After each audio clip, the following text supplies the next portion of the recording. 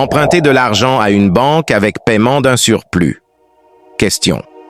Est-il permis de prendre un prêt auprès d'une banque dotée d'un organe religieux de contrôle qui autorise la perception d'un pourcentage déterminé, puis prendre la somme pour payer une avance de réservation d'une parcelle de terrain dans mon pays?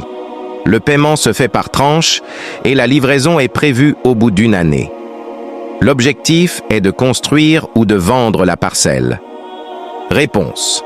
Premièrement, il n'est pas permis d'inclure dans un contrat de prêt une condition qui oblige l'emprunteur à rembourser plus que le prêt, les savants étant unanimes à estimer que tout prêt profitant au prêteur relève de l'usure.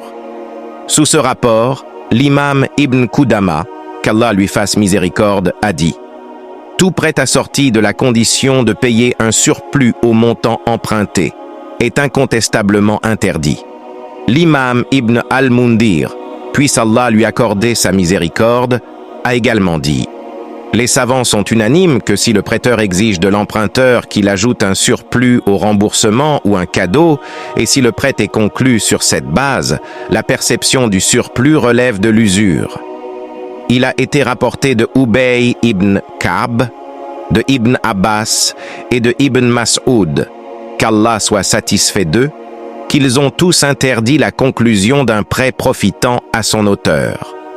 Deuxièmement, il est permis de facturer les frais des services effectifs du prêt à l'emprunteur à condition que la somme payée reste égale au coût réel des services afférents au prêt. Si la somme à payer dépasse les frais réels, le dépassement relève de l'usure. On lit dans une résolution de l'Académie islamique du fiqh numéro 13, premièrement, il est permis de percevoir des frais sur les services du prêt, à condition que les frais s'inscrivent dans le cadre de dépenses effectives. Deuxièmement, tout ce qui dépasse les frais des services effectifs est interdit parce que relevant de l'usure interdite par la charia. Parmi les facteurs qui indiquent clairement que les frais correspondent aux services effectifs figure le fait qu'ils n'augmentent pas suivant l'augmentation du montant du prêt ou en cas de retard de son paiement. Cheikh Youssouf Ach-Chabili, puisse Allah le protéger, a dit « Si le surplus exigé par la banque dépend du délai de paiement ou du montant du prêt, il est donc interdit. Peu importe que le paiement soit versé à la banque par des tranches d'un demi% par exemple, ou payé d'un seul coup lors de la perception du prêt ou à son règlement. Peu importe encore qu'on appelle ce surplus intérêt, service ou taxe ou n'importe quelle autre appellation. En effet, dans les contrats, on tient compte des significations et des réalités et non pas des appellations.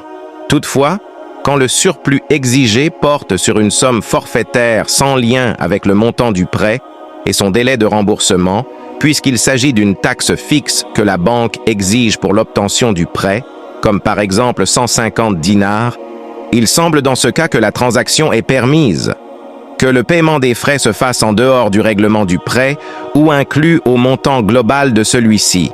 C'est parce que les frais ne s'ajoutent pas au prêt, ce ne sont qu'une tarification des services fournis par la banque en rapport avec la remise du prêt, tels que les communications, les correspondances, les salaires des fonctionnaires, etc. Activités qui méritent la rémunération selon la charia. Allah est le plus savant. Si cette vidéo vous a été utile, n'hésitez pas à la partager avec vos proches car c'est un sujet d'une importance considérable et n'oubliez pas de vous abonner.